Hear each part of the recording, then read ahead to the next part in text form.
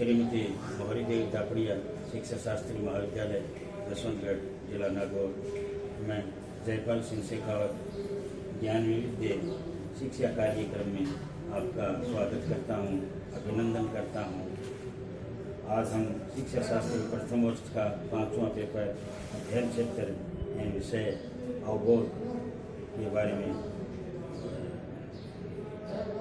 व्याख्यान विधि के गुणों के बारे में पढ़ेंगे। कल हमने व्याख्यान विधि क्या होती है, किसे कहते हैं, ये प्रयोग कब किया जाता है, ये पढ़ा था। और आज हम पढ़ेंगे व्याख्यान विधि के गुण। व्याख्यान विधि के गुण। व्याख्यान विधि को दूसरा नाम जो है कथन विधि भी कहते हैं, इसको अंग्रेजी में टेलिंग मेथड भी कहते हैं। इस विधि की बातें 3 बातों पर निर्भर होती है: विषय वस्तु का चयन, विषय वस्तु पर शिक्षक का अधिकार, चयनित विषय वस्तु को प्रस्तुत करने का ढंग। और व्याख्यान विधि का प्रयोग कब किया जाए तो हमने इसके लिए बताया था, ये प्रेरणा प्रदान करने में सहायक है, विषय वस्तु के संक्षिप्तीकरण हेतु आवश्यक है, व्याख्या अथवा स्पष्ट करने के लिए है, समय की बचत के लिए व्याख्यान विधि उपयोगी है, अतिरिक्त विषय वस्तु प्रस्तुत करने में भी उपयोगी है, और गृह कार्य, दत्त कार्य, होमवर्क देने के अंदर भी यह उपयोगी साबित हुई है। अब व्याख्यान विधि के गुण, तो इसके अंदर पहला जो बिंदु है तर्क शक्ति। व्याख्यान पद्धति छात्रों में तर्क शक्ति का विकास करती है। व्याख्यान विधि छात्रों में तर्क शक्ति का विकास करती है। दूसरा, व्याख्यान विधि व्यक्तिगत शिक्षण पर आधारित है। व्याख्यान विधि व्यक्तिगत शिक्षण पर आधारित है। अकेला आदमी व्याख्यान दे सकता है। व्याख्यान पद्धति के माध्यम से यदि शिक्षण कार्य संपादित किया जाए तो इससे समय और परिश्रम दोनों की बचत होती है। व्याख्यान विधि के अंदर इसी शिक्षण कार्य किया जाए, पढ़ाया जाए, अध्यापन किया जाए तो इससे समय की भी बचत होती है और परिश्रम की भी बचत होती है। व्याख्यान विधि के द्वारा छात्रों में उच्चारण संबंधी दोषों को दूर किया जा सकता है। उच्चारण संबंधी दोषों को दूर करने के लिए व्याख्यान विधि उपयुक्त है। अच्छी तरह तैयार किया हुआ तथा भली प्रकार दिया गया व्याख्यान छात्रों के अंदर रुचि प्रदान करता है। और अध्यापक का अध्यापन और प्रशिक्षण ये रुचिपूर्ण होना चाहिए। तो यह व्याख्यान विधि के द्वारा ही संभव है। इस पद्धति में विषय वस्तु को अधिकतम रूप से स्पष्ट किया जा सकता है। किसी भी विषय वस्तु को कथन विधि के द्वारा उसको बढ़ा चढ़ा करके अधिकतम रूप से स्पष्ट किया जा सकता है। शिक्षक अपने व्याख्यानों की योजना मनोवैज्ञानिक विधि से निर्मित करता है। व्याख्यान द्वारा शिक्षक विषय वस्तु को अपनी व्याख्या के द्वारा और अपने साक्षात्कार आमने सामने बैठ के हाव भाव और आचरण आदि के द्वारा स्पष्ट कर सकता है। तो व्याख्यान देने वाले का व्यक्तित्व है, उसका आचरण, चरित्र, उसका ज्ञान, उसका हाव भाव के साथ ही झलकता रहता है। इस पद्धति में कुछ सीमा तक छात्र और शिक्षक दोनों ही सक्रिय रहते हैं। और यदि बालक निष्क्रिय हो गए, इधर उधर भटक गए तो शिक्षण प्रभावी नहीं माना जाता है। इस पद्धति में कुछ सीमा तक छात्र और शिक्षक दोनों ही सक्रिय रहते हैं।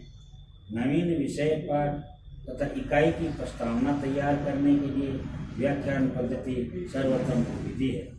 नवीन विषय पाठ इकाई योजना की प्रस्तावना देने के लिए, प्रस्तुतिकरण के लिए जो है व्याख्यान विधि सर्वश्रेष्ठ है। छात्र व्याख्यान को शांतिपूर्वक सुनते हैं, लेक्चर को शांतिपूर्वक सुनते हैं, जिससे विद्यार्थियों में श्रवण कौशल का विकास होता है। वर्तमान समय के अंदर अब समय बदल गया है, उसको कम महत्व दिया गया है और शिक्षण विधियाँ हैं उनको ज़्यादा श्रेष्ठ बताया गया है। जैसे समाधान विधि है, योजना विधि है, जिसे हमें प्रायोजना विधि भी कहते हैं, प्रोजेक्ट विधि भी कहते हैं, तत्कार्य विधि है, गृह कार्य है, पर बहुत जोर दिया जा रहा है।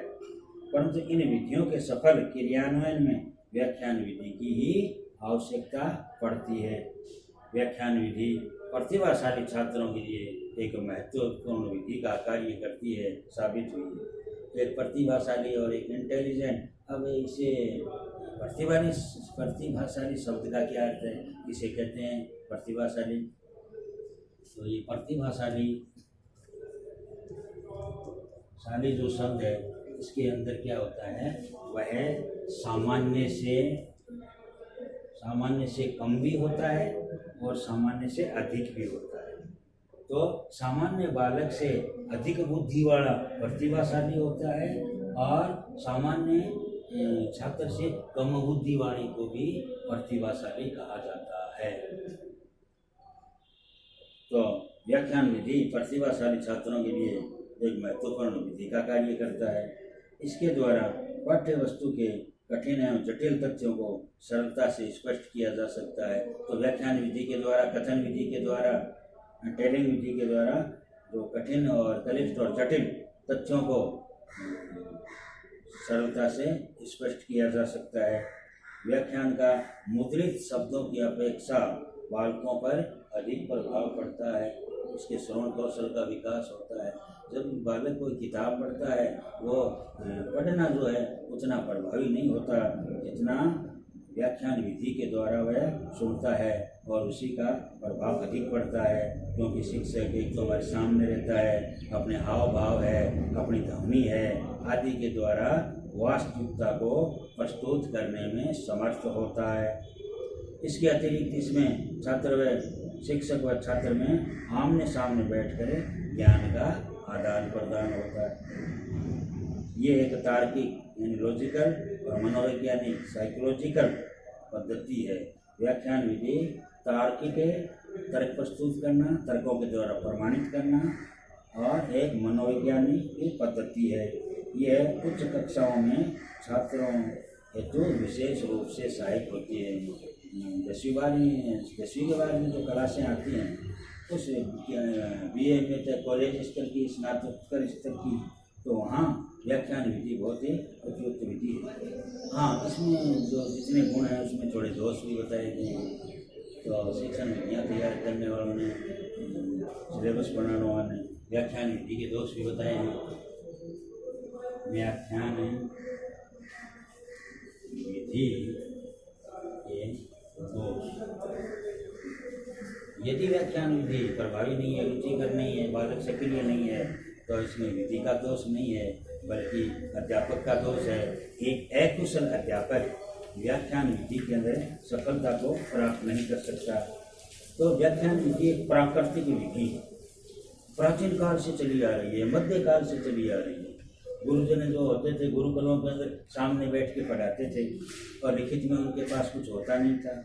तो व्याख्यान विधि एक प्राकृतिक विधि नहीं है, ये अपरिपक्व भाषण करते समय छात्रों को कक्षा में केवल श्रोता मात्र बना देता है। तो व्याख्यान विधि के अंदर जो है बालकों को सुनने वाले रह जाते हैं। बालकों का काम है भाषण सुनना रह गया, ये दोष है। ऐसा भाषणकर्ता भाषण देता रहता है और छात्र निष्क्रिय श्रोता बने बैठे रहते हैं। तो व्याख्यान विधि के अंदर ये प्रमुख दोष है। प्राकृतिक विधि नहीं है, परिपक्व भाषणकर्ता। तो भाषणकर्ता एक कुशल अध्यापक होना चाहिए। यदि वह अकुशल है, अपरिपक्व है, तो छात्र सिर्फ श्रोता ही बने जाएंगे और ऐसे भाषणकर्ता भाषण देता रहता है और छात्र उसमें निष्क्रिय बन जाएंगे। इस विधि से ग्रहण किया गया ज्ञान अधिक स्थायी नहीं होता है। तो व्याख्यान विधि के द्वारा जो ज्ञान प्राप्त किया जाता है वह अधिक लंबे समय तक स्थायी नहीं रहता है, क्योंकि श्रोता एक कान से सुनकर दूसरे कान से निकाल देता है। वो लंबे समय तक उसको अर्थ ग्रहण नहीं कर सकता। व्याख्यान विधि के अंदर शिक्षण प्रक्रिया बिल्कुल नीरस बन जाती है। अध्यापक केंद्रित शिक्षा बन जाती है, अध्यापक बोलते रहते हैं। तो इस विधि से शिक्षण की प्रक्रिया बिल्कुल ही नीरस बन जाती है और बालक को बोलने का अवसर ही नहीं मिलता। इससे छात्रों को मौलिक चिंतन के अवसर नहीं प्राप्त होते। वह सोचता नहीं, मौलिक चिंतन नहीं करता है, सोचता नहीं है, तो सवाल नहीं पूछता है, सिर्फ भाषण ही भाषण सुनता है, व्याख्यान सुनता रहता है। इस विधि के द्वारा छात्रों में स्वाध्याय की आदत का विकास नहीं होता। व्याख्यान विधि के अंदर स्वाध्याय, अपने आप पढ़ना, अपने आप सोचना, स्वाध्याय पद्धति का विकास नहीं हो सकता है। व्याख्यान विधि के द्वारा छात्रों में स्वाध्याय की आदत का विकास नहीं होता है। कुशल अध्यापकों की कक्षा में ये विधि, व्याख्यान विधि, यदि अध्यापक है कुशल है तो यह अनुशासनहीनता की स्थिति को जो है पैदा कर देती है। इस विधि के अंदर करके सीखना व अनुभव द्वारा सीखने के सिद्धांतों की पूर्ण रूपेण अवहेलना होती है। व्याख्यान विधि के अंदर करके सीखना, आदमी जब अपने हाथ से काम करता है, उसकी क्रियान्विति करता है तो वह ज्ञान स्थायी हो जाता है, बल्कि व्याख्यान विधि का जो ज्ञान है वह लंबे समय तक स्थायी नहीं रहता है।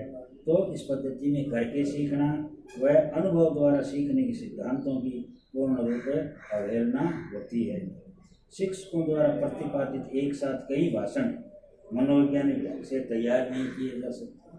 तो एक साथ आदमी अपने अनुभव के आधार पर जो है भाषण तो दे देता है, व्याख्यान दे देता है, मगर शिक्षकों द्वारा प्रतिपादित एक साथ कई भाषण मनोवैज्ञानिक ढंग से तैयार नहीं किए जा सकते।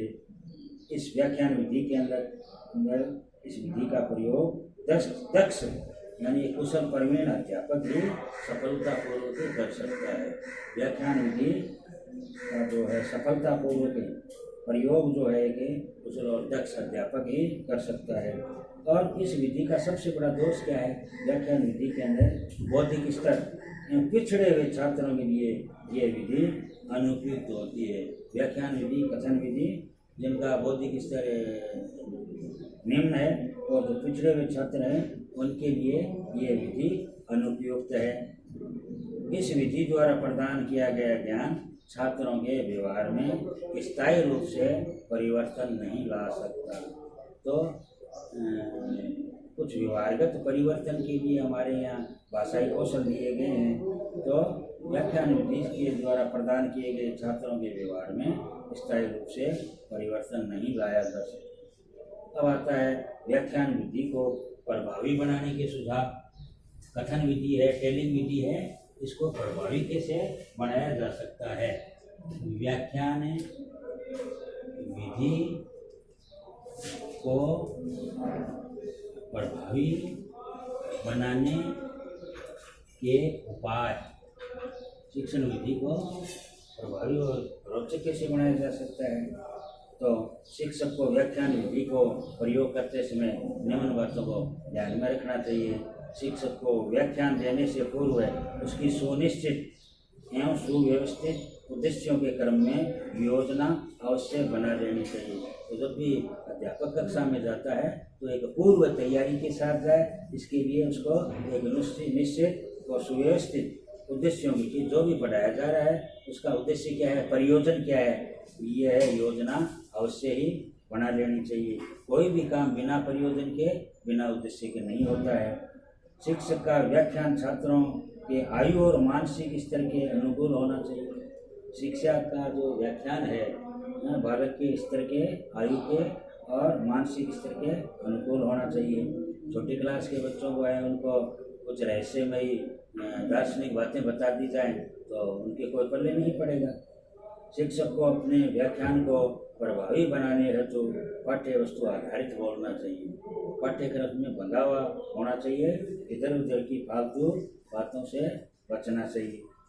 शिक्षक को अपने व्याख्यान को रोचक एवं प्रभावी बनाने हेतु आवश्यकता के अनुसार कुछ उदाहरण दें, अनुभव के आधार पर कुछ दृष्टांत प्रस्तुत करें, व्यवहारिक जीवन की घटनाओं की जानकारी दें, प्रसंग तथा शिक्षण सहायक सामग्री का उपयोग करना चाहिए। तो पाठ्यक्रम से हटकर भी जो है शिक्षण को रोचक और प्रभावी बनाने के लिए क्या करना चाहिए, उसे सब्जेक्ट से मिलते जुलते अन्य उदाहरण पेश करें। कुछ दृष्टांत हैं जो हमारे महाकाव्यों के अंदर, धार्मिक ग्रंथों के अंदर, उनको प्रस्तुत किया जाए और अपने जीवन के अनुभव, व्यवहारिक जीवन की घटनाएं, प्रसंग तथा शिक्षण सहायक सामग्री का उपयोग करना चाहिए। शिक्षक को अपने व्याख्यान में धारा प्रवाहिता का ध्यान रखना चाहिए। एकदम स्पीडली, बिना रोक टोक के, बिना रुकावट के बोलते रहना चाहिए, जिसमें कृत्रिमता न आ जाए। और एक बात को यदि दोबारा कह दिया जाएगा तो बस मामला जो है। शिक्षक को अपने व्याख्यान में धारा प्रवाह के साथ का ध्यान रखने, यदि बीच में रुकोगे तो फिर हंसी के फुहारे छूटने लग जाएंगे और कक्ष जो है डिस्टर्ब होगा। छोटी कक्षा में 15-20 मिनट से अधिक का व्याख्यान नहीं देना चाहिए, नहीं होना चाहिए। छोटी कक्षाएं हैं, प्राथमिक कक्षाएं हैं, तो उसकी व्याख्यान की अवधि कितनी होनी चाहिए? सिर्फ 15 से 20 मिनट, इससे ज़्यादा नहीं होनी चाहिए। पाठ्य वस्तु का संगठन ऐसे ढंग से करना चाहिए जिससे विषय वस्तु की स्पष्ट छाप छात्रों के ऊपर पड़ सकती है। तो पाठ्य वस्तु जो भी पाठ्यक्रम है, जो भी पाठ है, ऐसे ढंग से प्रस्तुत करना चाहिए जिससे विषय वस्तु की स्पष्ट छाप छात्रों के ऊपर पड़ सके। शिक्षक को अपनी वाणी की गति एवं स्वर का ध्यान रखना चाहिए। भाषा के अंदर प्यार और मोहब्बत होनी चाहिए, कठोरता न हो। तो अपनी वाणी की गति एवं स्वर का ध्यान रखना चाहिए, स्पष्ट बोले। कई बार क्या है कि गले से, कुछ लोग गले से बोलते हैं, कुछ नाक से बोलते हैं, सुनने वाला समझ भी नहीं पाता। तो स्पष्ट बोलना चाहिए, स्वर का ध्यान रखें, वाणी का ध्यान रखें। विषय अगला है, विषय वस्तु के प्रस्तुतिकरण के समय श्याम पट पर पूर्ण प्रयोग करना चाहिए। विषय वस्तु को प्रस्तुत करने के लिए आजकल मैं देखता हूँ गणित, अंग्रेजी, विज्ञान के अलावा जितने भी ये सब्जेक्ट हैं, विषय हैं, अध्यापक कम से कम श्याम पट का कम से कम यूज लेते हैं।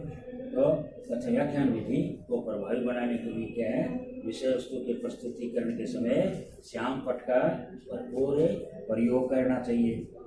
अगला है, व्याख्यान विधि में विषय वस्तु के प्रस्तुतिकरण में सरल भाषा हो, सहज हो, प्रचलित भाषा हो में ही व्यक्त किया जाए। तो बहुत सी ऐसी बातें हैं जो आदमी पहले से सुन चुका है, उस बातों की प्रस्तुति कीजिए। भाषा जो है प्रस्तुतिकरण के अंदर भाषा सरल होनी चाहिए जिसको अधिक से अधिक समझ सकें। प्रचलित भाषा के अंदर ही व्याख्यान दिया जाना चाहिए। हम देखते हैं कि भाषण के समय बहुत अन्य भाषाओं का लोग प्रयोग करते हैं।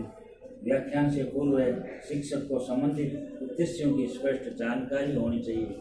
कक्षा के अंदर पूर्व तैयारी के साथ जाना चाहिए और कक्षा का क्या उद्देश्य है, इस बात की उसे जानकारी होनी चाहिए। तो व्याख्यान से पूर्व शिक्षक को संबंधित उद्देश्यों की स्पष्ट जानकारी होनी चाहिए। स्वतंत्रता पूर्वक बातचीत के रूप में भाषण देने की चेष्टा करनी चाहिए। तो कक्षा के अंदर अध्यापक का व्याख्यान स्वतंत्र पूर्वक होना चाहिए, न कि स्वतंत्रता पूर्वक बातचीत के रूप में भाषण देने की चेष्टा करनी चाहिए। अगला है, व्याख्यान के दौरान बीच बीच में प्रश्न अवश्य पूछते रहिए जिससे बालक सक्रिय बने रहेंगे और उनको सोचने का मौका दीजिए। इस प्रकार छात्र भाषण के प्रति सजग रहेंगे और ध्यानपूर्वक सुनेंगे। व्याख्यान के दौरान बीच बीच में प्रश्न अवश्य पूछते रहना चाहिए। इस प्रकार छात्र भाषण के प्रति सजग रहेंगे एवं उस शिक्षण को ध्यानपूर्वक सीखते रहेंगे। तो ये व्याख्यान विधि है। कल अगले चैप्टर के अंदर तो हम हैं प्रोजेक्ट विधि के बारे में पढ़ेंगे। धन्यवाद। बंद कर दे मेरे, बंद कर।